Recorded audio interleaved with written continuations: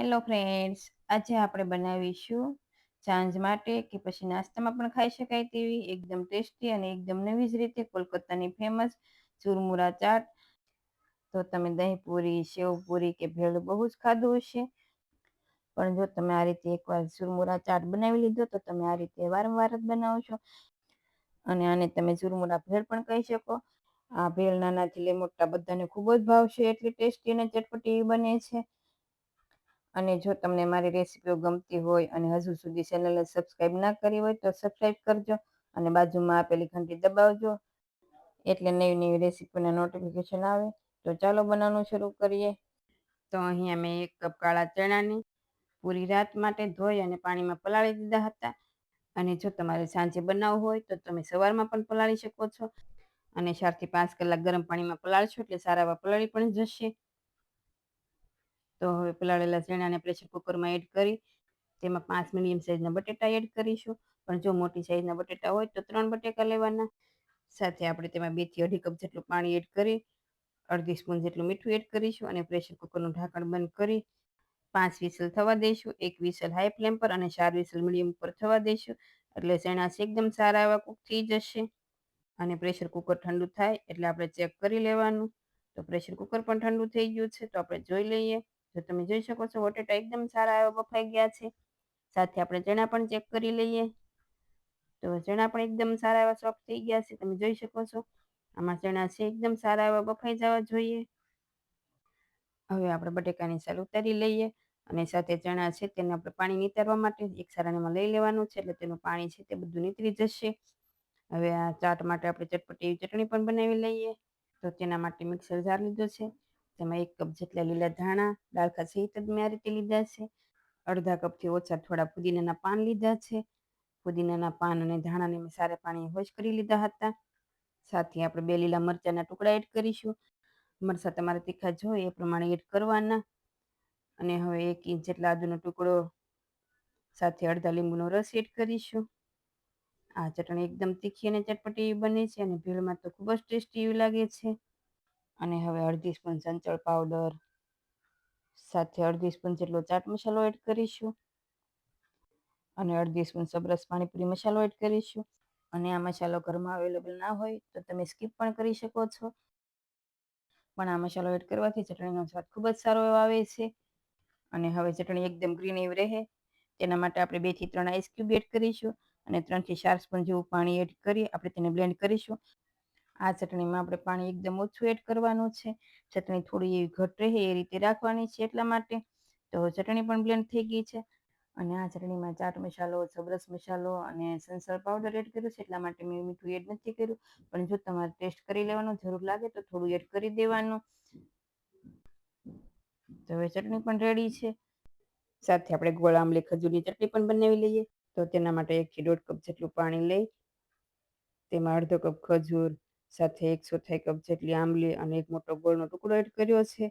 હવે તેમાં અડધી સ્પૂન લાલ મરચું પાવડર, સ્વાદ પ્રમાણે નમક અને 1 પિંચ જેટલો ગરમ મસાલો એડ કરીશું. હવે આપણે આ બધું સારી રીતે મિક્સ કરી ગેસની ફ્લેમ હાઈ રાખી 5 મિનિટ જેવું થવા દઈશું.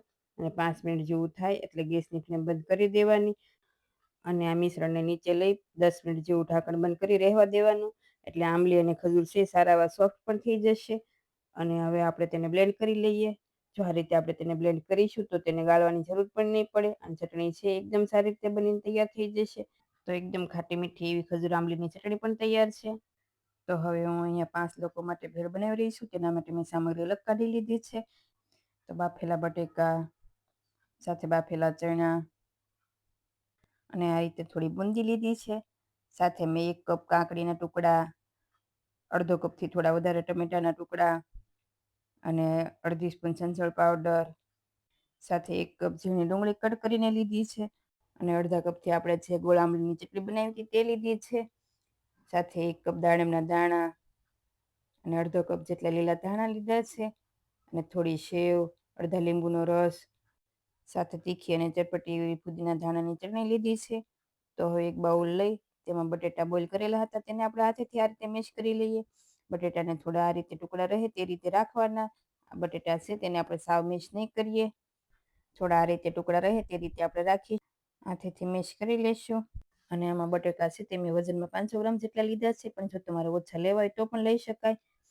તો હવે અમે પાણીપુરીની પૂરી આ રીતે લીધી છે અને તેને આપણે હાથેથી ક્રશ કરી લઈશું. આ પૂરી મેં 30 થી 35 જેટલી એડ કરી છે.